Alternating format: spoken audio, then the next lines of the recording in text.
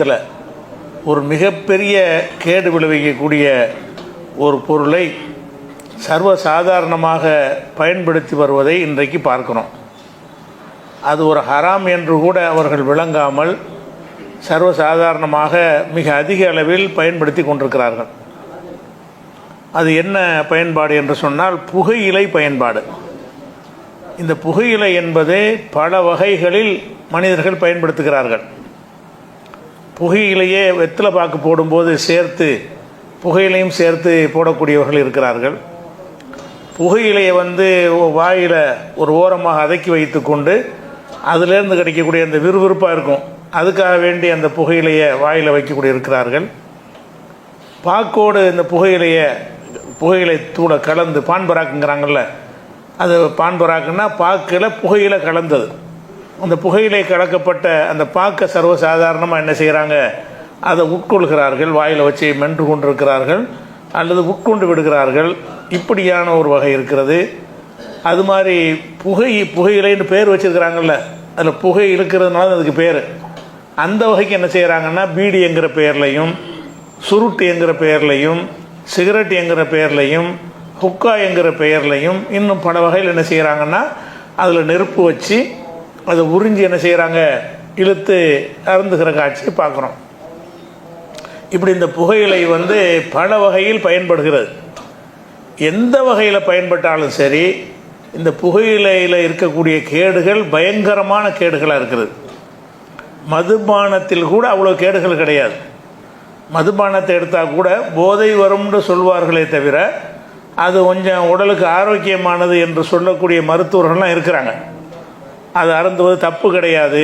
மேற்கத்திய நாடுகளில் எல்லாம் மதுபானத்தை போதைங்கிற ஒரு விஷயத்தை குறையாக சொல்லுவாங்களே தவிர அது உடம்புக்கு சத்து உள்ளது, ஒயின்லாம் சாப்பிட்டா உடம்பு நல்லா ஆரோக்கியமாக இருக்கும் என்றெல்லாம் சொல்லக்கூடிய ஒரு காட்சியை பார்க்குறோம். அந்த மாதிரி விஞ்ஞானிகள் அந்த புகையிலை சம்பந்தமாக ஒருத்தர் கூட இது ஒரு நல்லதுன்னு சொல்லவே கிடையாது. ஆனால் இன்றைக்கு என்ன நிலைமை இருக்குன்னு கேட்டால், இந்த புகையிலை பயன்பாடை பொறுத்த வரைக்கும் முஸ்லீம்களாக இருந்து கொண்டு அது ஒரு பாவமில்லாத ஒரு சாதாரண ஒரு ஹலா பிரியாணி சாப்பிட்ற மாதிரி ஒரு தரத்தில் நினைத்து கொண்டு அதை பயன்படுத்துகிறார்கள். இன்னும் சொல்ல போனால் இந்த பீடி தயாரிப்பில், பீடிங்கிற தயாரிப்பு இந்த இவங்கெல்லாம் நவீனப்படுத்தி சிகரெட்டு வரும்போது இவங்களுடைய முஸ்லீம்களுக்கு ரோல் இல்லாமல் போச்சு. அதில் கூட இந்த சார்மினார்னு ஒரு சிகரெட்டும் போட்டாங்க. மார்க்கெட்டில் நிற்க முடியலை. ஆனால் பீடி எடுத்துக்கிட்டிங்கன்னு சொன்னால் அதிகமான பீடிகளை தயாரிப்பது யார்? முஸ்லீம்கள் தான் தயாரிக்கிறார்கள். முஸ்லீம்கள்கிட்ட தான் என்ன செய்யுது, பீடி தயாரிப்புலாம் இருக்கிறது. மேலப்பாளையம், குடியாத்தம் இந்த மாதிரி பகுதிகளுக்கு போனீங்கன்னு சொன்னால் பீடி சுற்றி பிழைக்கக்கூடியவர்கள் முஸ்லீம்களாக இருக்கிறார்கள். அதாவது பீடிங்கிறது ஒரு மனிதனுக்கு பெரிய கேடு செய்யக்கூடிய ஒரு பொருள். புகையிலை எந்த வடிவத்தில் இருந்தாலும் புகையாக இழுக்கும் பொழுது ஒரு கொஞ்சம் கூடுதல் கேடு வரும். புகை இழுக்காமல் அதையே உட்கொள்ளும் பொழுது, வாயில் வைத்து கொள்ளும்போது அதுலேயும் ஏராளமான கேடுகள் இருக்கிறது. இப்படி கேடுகள் உள்ள ஒரு பொருளை பெரிய பெரிய ஜமாத்துடைய தலைவர்களாக இருப்பார்கள், அவங்க பீடி கம்பெனி வச்சுருப்பாங்க. பெரிய பெரிய ஹாஜிகளாக இருப்பார்கள், அவங்களுடைய தொழில் பீடி கம்பெனியாக இருக்கும். அப்போ இந்த பீடிங்கிற ஒரு விஷயம் ஒரு ஹராம் என்கிற கூட உணரவில்லை. இன்னும் சொல்ல போனால் ஒரு 25 ஆண்டுகளுக்கு முன்னாடியெல்லாம் அஜர்த்துமார்களை சர்வசாதாரணமாக பீடி குடிப்பாங்க. இப்போ தான் கொஞ்சம் வெக்கப்பட்டுக்கிட்டு குடிக்கிறது கிடையாது. பீடி குடிக்கிறதுங்கிற அஜர்த்து என்ன செய்வார், வாசல் நின்று பீடி அடிச்சுட்டு போய் தொழுவுக்கு போவார். மக்கள் அதை தப்பாக நினைக்க மாட்டாங்க, அஜர்த்தும் தப்பாக நினைக்க மாட்டார். ஏன்னா இந்த பீடியுடைய தீமை உணர்த்தப்படவில்லை. நமக்கு மார்க்கத்தில் என்ன இருக்குன்னா, உங்களை அழித்து கொள்ளாதீர்கள், கேடு விளைவிக்கக்கூடியதை விட்டு விடுங்கன்னு சொல்கிறார்கள். அப்போ இந்த பீடியிலேயோ புகையிலையிலேயோ கேடுகள் இருக்கா இல்லையா? உலக சுகாதார மையத்திலேருந்து பல கேடுகளை வெளியிட்டிருக்கிறாங்க. என்ன கேடுறாங்கன்னா, நுரையீரல் புற்றுநோய் வருது, நுரையீரலில் கேன்சர் வரும். அந்த நுரையீரல் கேன்சர் வரும் என்று சொன்னால், அதில் 100 பேருக்கு வந்துச்சு என்று சொன்னால் 28 பேர் புகைப்பிடித்தவங்களாக இருப்பாங்க. 100 பேருக்கு கேன்சர் வந்துச்சுன்னு சொன்னால் வேறு காரணத்துக்காக வேண்டி பாரம்பரியத்தில் அல்லது செல் அதிகப்படியாக வளர்கிற காரணத்தினால எல்லாம், சில மெடிசன் காரணத்தினால எல்லாம் கேன்சர் வரும். எல்லா வகையில் ஏற்படுற கேன்சருங்கிறது 72% தான் வருது. இந்த புகையிலைக்கு மாத்திரம் 28 வந்துடுது. புகையிலை பயன்படுத்துகிறவங்களை எடுத்து பார்த்தீங்கன்னா 28% கேன்சர் வந்து எதில் இருக்கிறது, புகையிலையினால் மட்டும் வருகிறது என்று உலக சுகாதார மையம். அப்போ கேன்சர் வரக்கூடாது, நம்ம நுரையீரல் கேன்சர் வரும் நம்ம ஏற்றுக்கிற முடியுமா? நுரையீரல் கேன்சர் வருவதுங்கிற ஒரு சின்ன கேடா, எவ்வளோ பெரிய கேடு அது. ஸ்டேஜ்லாம் ஒரு 3வது 4வது ஸ்டேஜுக்கு போச்சுன்னா ஆளை காலி பண்ணிடும். முதல் 2வது ஸ்டேஜில் இருந்தால் தான் கீமோதெரப்பி கொடுத்து ரேடியோ தெரப்பி கொடுத்து ஒரு சின்ன அளவுக்கு மீட்க முடியும். அப்படியான ஒரு நிலையில் இருக்கும்போது நுரையீரல் கேன்சர் வருதுங்கிறாங்க. அதே மாதிரி குரல் வளை, இந்த குரல் வளையிலையும் கழுத்துலையும் புற்றுநோய் வரும். இந்த குரல் வளை கழுத்தில் புற்றுநோய் வர்றது எடுத்து பார்த்தீங்கன்னா 30% வந்து புகைப்பிடித்தவர்களுக்கு வருகிறது. 100 பேருக்கு அந்த புற்றுநோய் வந்துச்சுன்னு சொன்னால் இந்த புகையிலை பயன்பாட்டினால 30 பேருக்கு வருதுங்கிறான். உலகத்தில் உள்ள படைக்கப்பட்ட அத்தனை பொருள்களை பயன்படுத்துவதனால 70 தான் வருகிறது. இயற்கையாக வரக்கூடியது எல்லாம் சேர்ந்து 70 வருது. இந்த புகையிலையினால் மாத்திரம் என்ன செய்கிறது, 30% வருது. ரொம்ப ஒரு அதிகம். ஒரு குறிப்பிட்ட ஒரு பொருளுக்கு இத்தனை சதவீதம் இருக்கிறது என்பது வந்து ரொம்ப ஒரு டேஞ்சரான ஒரு அளவில் உள்ளது. அதை வந்து ஏற்படுத்துகிற காட்சியை பார்க்குறோம். அதே மாதிரி இரத்த குழாய் புற்றுநோய் பார்த்தீங்கன்னா இரத்த குழாயில் கேன்சர் வந்துடும். ரத்தம் ஓடக்கூடிய குழாயில் கேன்சர் வந்துச்சுன்னா அது வந்து மரணம் தான். மரணத்தில் கொண்டே தள்ளக்கூடிய ஒரு விஷயம். ஸ்டேஜ் தாண்டிடுச்சுன்னு சொன்னால் அவ்வளோ பாரதூரமான விஷயம். அந்த இரத்த குழாய் புற்றுநோய் வந்து 31%. இரத்த குழாய் புற்றுநோய் 100 பேருக்கு வந்துச்சுன்னு சொன்னால் அதில் 31 பேர் இந்த இப்போ புகையிலை பழக்கம் உள்ளவங்களாக இருப்பாங்க. புகைப்பிடிக்கிறவங்க அல்லது புகையிலையை பயன்படுத்துகிறவங்க, பான் பராக் போடுறவங்க, புகையிலையே சாப்பிட்றவங்க, இந்த மாதிரியான ஆட்களாக இருக்கிற ஒரு விஷயத்தை பார்க்குறோம். அதே மாதிரி வாயிலையும் உணவு குழாயிலையும் கேன்சர் வருது. வாயில் கேன்சர் வரும். உணவு குழாயில் உணவு போகிற குழாய் தனியாக இருக்குது, மூச்சு குழாய் தனியாக இருக்குது, உணவு குழாய் தனியாக இருக்குது. அந்த உணவு குழாயில் கேன்சர் வருதுன்னு சொன்னால் அதில் 34% இந்த புகையிலையே எந்த வகையிலையாவது பயன்படுத்தக்கூடியவங்களுக்காக வருகிறது. அதே மாதிரி கணையத்தில் புற்றுநோய் வருது. அதாவது கேன்சர் வந்து வகை வகையாக பிரித்து அக்கு வேற ஆணி வேறு அலசுறாங்க. இந்த கேன்சர் எதனாலாம் வருதுன்னு எல்லாத்துலேயும் முதல் இடத்துல வந்து எது நிற்கிது, புகையிலை பயன்பாடு நிற்கிது. அப்போ 34% அந்த கணையத்தில் புற்றுநோய் வருவது காரணமாக இருக்கிறது. வயிற்றில் புற்றுநோய் வரக்கூடியது வச்சுக்கின்னு சொன்னால் அது 35%. வயிற்றில் கேன்சர்னு போய் நம்ம சிகிச்சைக்கு 100 பேர் போனாங்கன்னு வைங்க, 100 பேர் போனாங்கன்னா 35 பேர் இந்த மேட்டராக தான் இருப்பான். 35 பேருக்கு எதனால் வந்திருக்கேன், இவனுக்கு புகைப்பிடிக்கிற பழக்கத்தினால தான் வந்திருக்கேன் என்று சொல்லி உலக சுகாதார மையம் பல வகையில் ஆய்வு செஞ்சு இப்படி ஒரு கேன்சர் வருவதற்கு அதிக வாய்ப்பு உள்ள ஒரு டேஞ்சரான ஒரு பொருள் என்று அது சொல்கிறது. கொஞ்சம் கூட ஒரு உறுத்தல் இல்லாமல் சில விஷயங்கள் எல்லாம் நமக்கு ஹராமாக்கி இருக்கிறான்ல, ரத்தம் சாப்பிடாதேங்கிறான். அது இன்னென்ன கேடு செய்யுங்கிறதுக்கு எல்லாம் நமக்கு சொல்லி ஹராமாக்கலை. விஞ்ஞானிகள் கண்டுபிடிச்சி சில கேடுகளை சொல்கிறாங்க. ஆனால் வந்து இதில் வந்து கேடு பயங்கரமான கேடு இருக்குது. நல்லா ஹராமாக்குனதில் வந்து கேடு இல்லாமல் கூட நிறைய விஷயங்கள் இருக்கும். அவனுடைய அதிகாரத்தை காட்டுவதற்காக கூட எல்லாம் சிலதை ஹராமாக்கியிருப்பான். இந்த பூஜை செய்யப்பட்டது, படையல் செய்யப்பட்டதுன்னா கேடுலாம் இருக்காது. பூஜை செஞ்ச உணவாக இருந்தாலும் பூஜை செய்யாத உணவாக இருந்தாலும் அதை டெஸ்ட்டை வச்சுன்னா ஒரே மாதிரி தான் இருக்கு. ஆனால் எல்லாம் என்ன செய்கிறான், தன்னுடைய அதிகாரத்தை காட்டுவதற்காக வேண்டி அதை ஹராமாக்கி வச்சுருக்கான். ஆனால் இது எப்படிப்பட்டதாக இருக்குது, நமக்கே கேடு செய்கிறது. உங்களை நீங்களே மாய்த்து கொள்ளாதீர்கள் அப்படின்னு நல்லா சொல்கிறானே, அதுக்கு நேர் மாற்றமாக இருக்கிற ஒரு காட்சியை பார்க்குறோம். அதே மாதிரி வந்து நுரையீரலில் வளர்ச்சியை குறைத்து சுவாசத்துக்குரிய பாதை இருக்கல, மூச்சு விடுவதற்குரிய பாதை, சுவாச குழாய், அந்த பாதை என்ன செய்யறதுன்னு கேட்டால் குறுக ஆரம்பிச்சிருது. மூச்சு ஃப்ரீயாக வந்துக்கிட்டு இருக்கிறதுக்கு பதிலாக இப்படி இறுகி போயிடும். இறுகி போணுச்சுன்னு சொன்னால் மூச்சை ஆக்சிஜனை இழுக்கிறது கஷ்டமாக இருக்கும். அதை வெளியே காற்றை வெளியேற தள்ளுவதற்கும் சிரமமாக இருக்கும். அப்போ மூச்சு குழாய் வந்து இறுகி இந்த புகையிலை பயன்பாடு இருக்குமே என்று சொன்னால் அது மூச்சு குழாயை இருக்கக்கூடிய ஒரு தன்மை அந்த புகையிலைக்கு இருக்கிறது அப்படின்னு கண்டுபிடிச்சிருக்கிறாங்க. அப்போ நம்ம மூச்சு குழாய் இருக்கும்னு தெரிஞ்சு கொண்டு அதை நம்ம சாப்பிடலாமா? சாதாரண ஒரு சின்ன கேடு வந்தால் கூட சாப்பிட மாட்டேங்கிறோம். சில பொருள்களில் வந்து இதை சாப்பிட்றாதீங்க வயிற்று வலி வரேன் அப்படின்னு சொன்னால் தொடவே மாட்டாங்க. உதாரணமாக பப்பாளி பழம் இருக்குன்னு வைங்களேன், கர்ப்பிணிகள் பொய் சொல்கிறாங்கண்ணா, கர்ப்பிணிகள் சாப்பிடக்கூடாது களைஞ்சு போயிரும்பாங்க, ஒத்தும் தொட மாட்டாங்க. அப்போ இந்த மாதிரி சின்ன ஒரு பொய்யா சொன்னால் கூட பயந்துக்கிட்டு தவிர்த்து கொடுறீங்களே, இது மெய்யான ரிப்போர்ட்டாவில் இருக்குது, மெய்யானதாவில் இருக்குது, ஆய்வு செஞ்சுல சொல்கிறான்.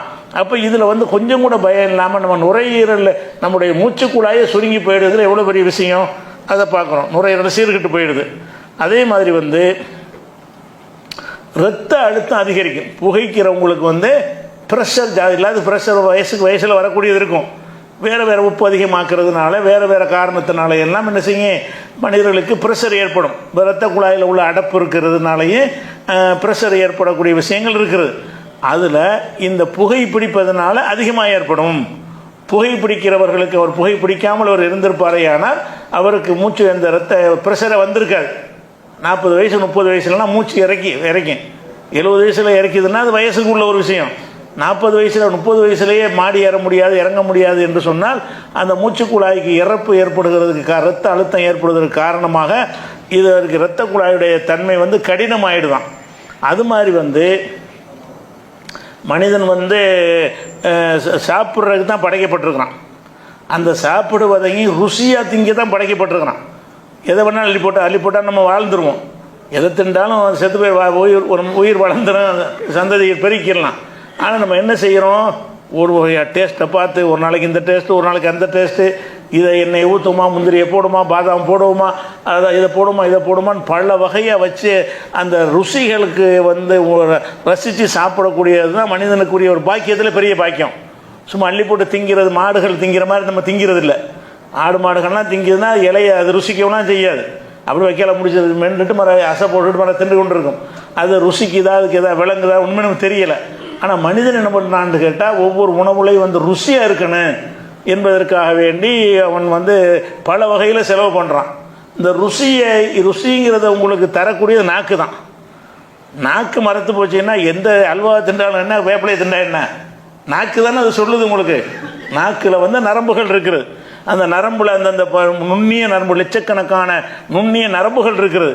அந்த நரம்பில் பட்ட உடனே தான் ஒரு விருப்பமான சுவையாக இருக்கும், நல்லா இருக்குது, இது பாதாம், இது பிஸ்தாண்டு, லட்சக்கணக்கான சுவைகளை நீங்கள் பிரித்தறிகிறீங்கல்ல, அந்த பிரித்தறியும் தன்மை செத்து போயிடும். புகை பிடித்து கொண்டே, புகை பிடிக்கிறவங்களுக்கு, புகைகளை பயன்படுத்துகிறவங்க இல்லை, யார் புகை இழுக்கிறாங்களோ, பீடியோ சிகரெட்டோ சுருட்டோ ஹொக்காவோ இழுக்கிறார்கள் என்று சொன்னால் அவர்களுக்கு அந்த மற்றவங்க எப்படி ருசி சாப்பிட்றாங்களோ அது உங்களுக்கு இருக்காது. என்னத்தையோ தின்ற மாதிரி இருக்கும். அந்த ரசிக்க அது ஒரு இன்பம் இருக்கா இல்லை, அது ருசியாக இருந்தால் தானே ஒரு இன்பமாக இருக்கும். அதுதானே உங்களுக்கு செலவழிக்கணும். சும்மா அரிசியை போட்டு தின்று போயிடுறது இல்லையே. அந்த சோத்தாக்கிட்டு அதில் பல விதமான இதில் கலந்து பல டேஸ்ட்டுகளுக்காக வேண்டி பலதும் செய்கிறோமா இல்லையா. அது எல்லாம் நாக்கு தானே உணருது. அந்த நாக்கு உணர்ந்து சாப்பிடும்போது கொஞ்சம் சாப்பாடு அதிகமாகவும் இருக்கும், ஒரு மன விருப்பமாகவும் இருக்கும். அந்த மன விருப்பத்தோடு சாப்பிடக்கூடிய தன்மை செத்து போயிடும். எதை வச்சாலும் இது ஆடு மாடு திங்கிற மாதிரி போயிடும். இந்த புகைப்பழக்கத்தில் ஒரு 10 வருஷத்துக்கு ஒரு புகைப்பழக்கம் இருக்குமே என்று சொன்னால் அவர் சாப்பிடுவார். என்னவா இருக்கும், அந்த சோத்தில் எத்தனை வகையான ருசி இருக்குதோ அதெல்லாம் அவருக்கு தெரியாது.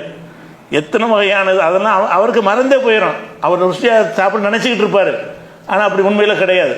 அந்த புகைப்பழக்கம் இல்லாதவங்க எத்தனை வகையான ருசியை விளங்கி உணர்ந்து ரசித்து சாப்பிடுகிறார்களோ அந்த தன்மையை இது அழித்திருங்கிறான். நாக்கில் இருக்கிற புகையில் இழுத்துட்டு போகிறீங்கல்ல, அது மென்மையான நரம்பு என்ன பண்ணும், புகை இழுத்து அந்த நாக்கில் அது பட்டுச்சுன்னு சொன்னால் அதான் ருசியெல்லாம் கண்டுபிடிக்கக்கூடியதாக இருக்கிறது. அந்த நரம்புகள் ஒன்று ஒன்றா செத்து போயிட்டுருக்கும். அப்போ ருசிகளை உணரக்கூடிய கரடு முரடான ருசி தான் அவனுக்கு தெரியும். கரடு முரடுனா இனிப்பு, புளிப்பு, கசப்புங்கிற அந்த மாதிரி சுவையை மட்டும்தான் அவனால் உணர முடியுமே தவிர, இனிப்புலேயே நூற்றுக்கணக்கான இனிப்பு இருக்கிறது, புளிப்புலேயே நூற்றுக்கணக்கான புளிப்பு இருக்கிறது. அதை பிரித்து நுணுக்கமாக ரசித்து சாப்பிடக்கூடிய தன்மை இருக்குல்ல, அதனுடைய நரம்புகள்லாம் செத்துருங்கிறாங்க. இது ஆய்வு செஞ்சு புகை பிடிப்பவர்களுக்கு இந்த புகையை ஆய்வு செஞ்சு என்னென்ன ஏற்படும் காட்டுறான். அதே மாதிரி இப்போ நுகருகிற அதையும் பாதிக்குங்கிறான். நாக்கு மட்டும் பாதிக்காது. இந்த மோந்து பார்த்தோன்னா சிலர் கண்டுபிடிக்கிறோம்ல, அங்கேயும் அடிச்சிடும். இங்கே இருக்கிற அங்கே வரைக்கும் என்ன செய்யணும்னு கேட்டால் அவனுக்கு அந்த நல்ல வாடைகளை எல்லாம் நம்ம ஒரு லட்சக்கணக்கான வாடைகளை நம்ம பிரித்தறிய முடியும். இந்த மூக்கை கொண்டு லட்சக்கணக்கான வாடைகளை பிரித்தறிய முடியும். ஆனால் இந்த புகைப்பிடித்து கொண்டே வரக்கூடியவர்களுக்கு அந்த தன்மையும் குறைந்து முக்கியமான சில மல்லிகை ஒரு 10-15 வாடகை தான் அவனுக்கு விளங்கக்கூடிய வகையில் அது மாறிடும். அதையும் பாதிக்குங்கிறான். அதே மாதிரி இந்த பக்கவாதம், இந்த வாதம் அடிக்குது பாருங்கள், புகைப்பிலே ஊறி போனவர்களாக இருந்தார்கள் என்று சொன்னால், அதாவது ஒரு 10 வருஷம் அளவுக்கு அந்த புகையில் இன்றைக்கி ஒன்றும் ரிசல்ட் தெரியாது. இன்றைக்கி புகை பிடிக்கும்போது இளைஞராக இருக்கும்போது கூட பிடிச்சிருவீங்க, இதனுடைய ரிசல்ட் இப்போ தெரியாது. அது கொஞ்சம் கொஞ்சமாக நம்முடைய நரம்பு எல்லாம் பாதித்து என்னவாயிரும்னு கேட்டால் கடைசியாக பக்கவாதம் அடிச்சிடும். பக்கவாதம் வாய் ஒரு மாதிரி இழுத்துட்டு போயிடுதுல, அது நல்ல ஆரோக்கியமாக இருப்போம், பேச்சு வராது, வாய் கோணலை இழுத்துட்டு போயிடும். அந்த மாதிரி பக்கவாதம் வந்துடும். அது மாதிரி வந்து மூளையில் பாதிப்பு ஏற்பட்டும் பக்கவாதம் ஏற்படும், மூளையிலையும் பாதிப்பு ஏற்படுத்திடும். அப்போ அது நரம்புகள்லையும் பக்கவாதம் நரம்பு பாதிப்பு ஏற்பட்டு பக்கவாதம் ஏற்படும்னு கண்டுபிடிச்சிருக்கிறாங்க. அப்போ இந்த புகைப்பிடித்தல் வந்து இவ்வளோ பெரிய பக்கவாதத்தை வந்து 40 வயசில் நமக்கு பக்கவாதம் வரும்னா 30 வயசுலேருந்து நம்ம ஆரம்பித்தா 40 வயசில் பக்கவாதம் வந்துடும், வாய்ப்பு ஜாஸ்தி. அப்போ பக்கவாதம் வருவது என்பது நம்முடைய லைஃப்பை எவ்வளோ பாதிக்கும். அது நம்ம ஒழுங்காக பேச முடியுமா? அது பேசுகிறதுனால மனிதனுடைய எல்லாமே அதை கொண்டு தானே மனிதன் சிறந்து விளங்குறான். என்ன விளங்கு அந்த நிலைமைக்கு நிறைய பேர் ஆளாகிறாங்க. என்னடான்னு பார்த்தீங்கன்னா அவங்க அந்த புகைப்பழக்கத்தில் ஊறி போனவர்களாக இருப்பார்கள். அது அப்படி ஒரு பாதிப்பை ஏற்படுத்துன்னு சொல்கிறாங்க. அதே மாதிரி வந்து சிறுநீரகம், கிட்னி இருக்குல்ல, அந்த கிட்னியில் வரக்கூடிய பல நோய்களுக்கு புகை காரணம். கிட்னி செயலிழந்து போகிறது, அதில் கிரியேட்டின் குறையுது, இதெல்லாம் பல விஷயங்கள் ஏற்படுதில்ல. எல்லாத்துமே கிட்னி தானே அது செய்யக்கூடியதாக இருக்கிறது. அந்த சிறுநீரகங்கள் வந்து அதிகமாக சேதமடையும், புகைப்பழக்கம் உள்ளவங்களுக்கு அதிகமாக சேதமடையும். அது மாதிரி இந்த நோய் தொற்று இருக்குல்ல, தொற்று நோய்க்குடைய கிருமிகள் எல்லா பக்கமும் இருக்கிறது. ஆனால் நம்ம உடம்புல என்ன செய்யுதுன்னா ஆன்டிபாடிக்குங்கிற அந்த ஒரு நோய் எதிர்க்கிற தன்மை எல்லாம் படைச்சி வச்சுருக்கிறோம். அது இப்போ இங்கேலாம் இருக்குதான் ஏராளமான லட்சக்கணக்கான கிருமி இந்த இடத்துல இருக்குது.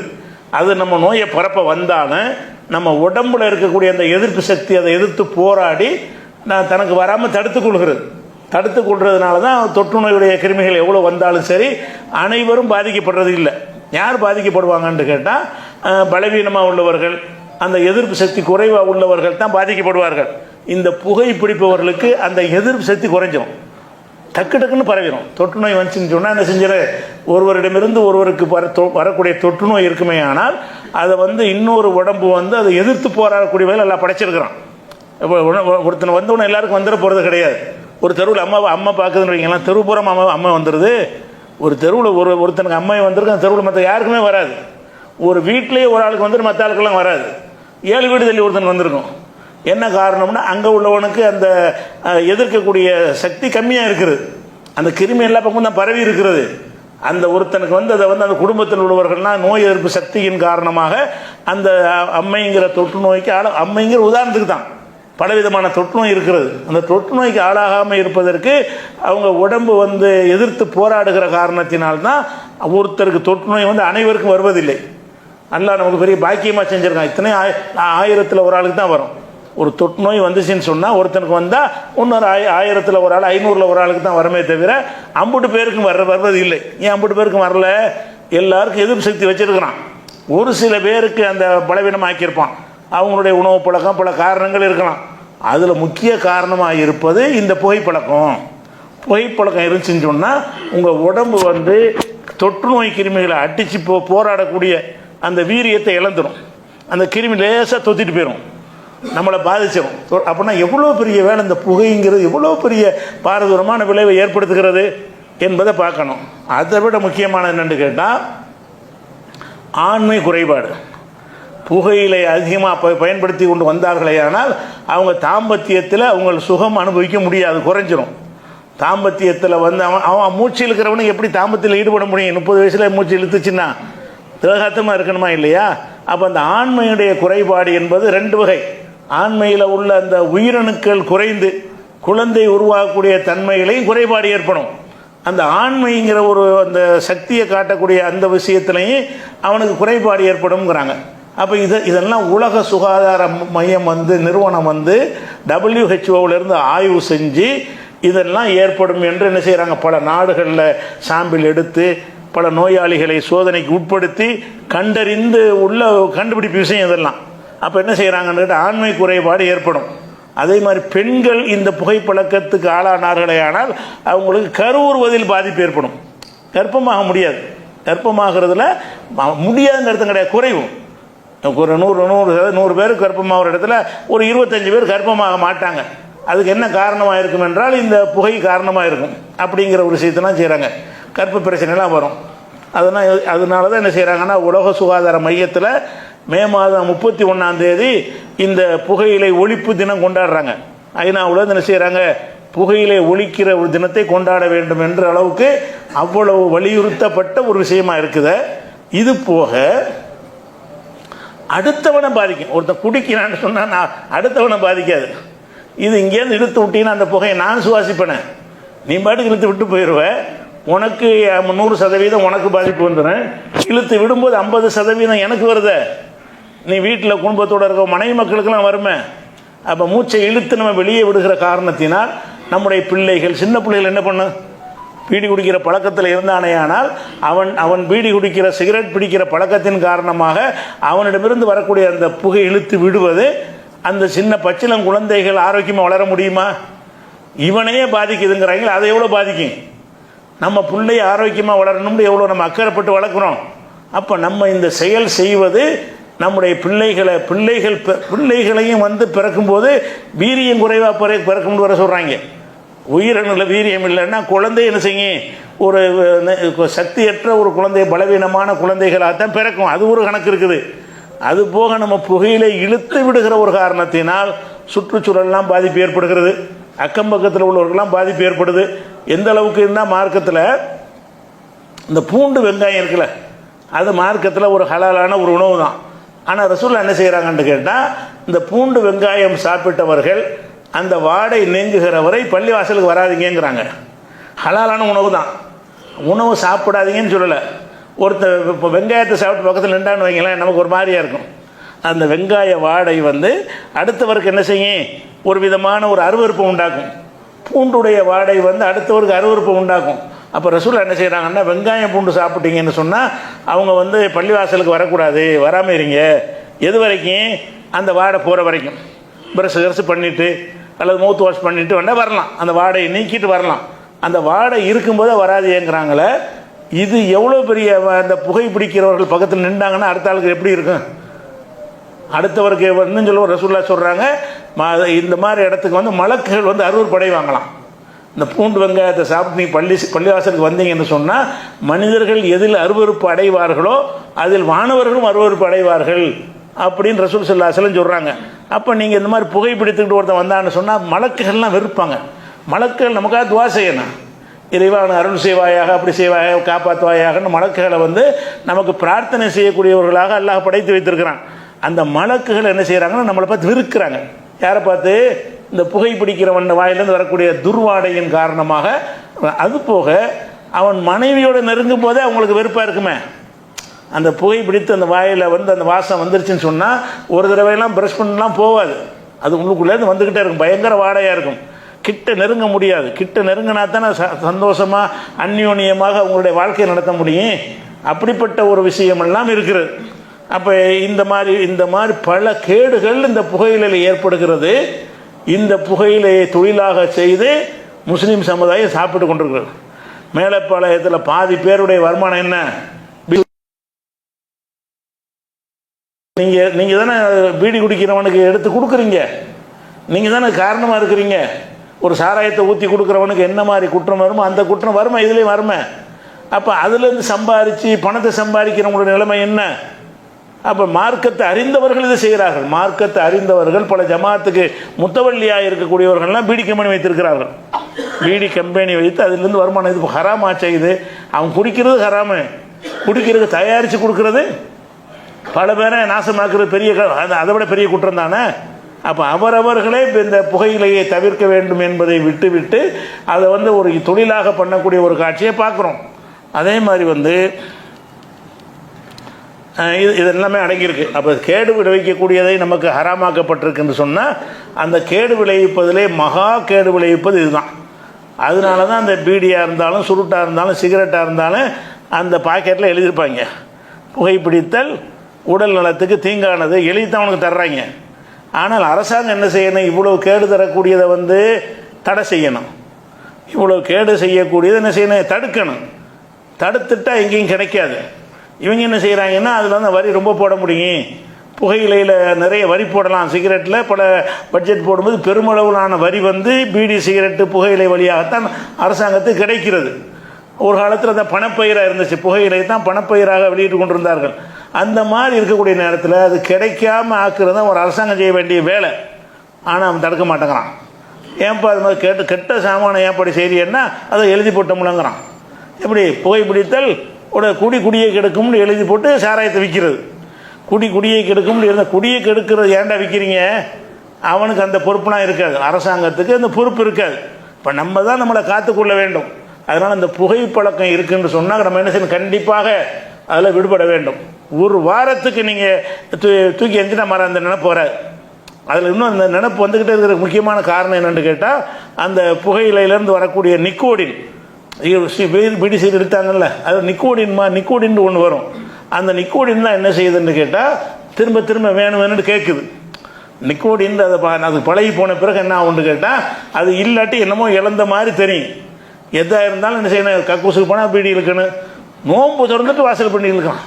நோம்பு கஷ்டப்பட்டு நோன்பு திறந்துட்டு, நோன்பு எதுக்கு பேரிச்சம்பளத்தை திறக்கிறது கிடையாது, பீடியை கொண்டு தான் திறக்கிறது.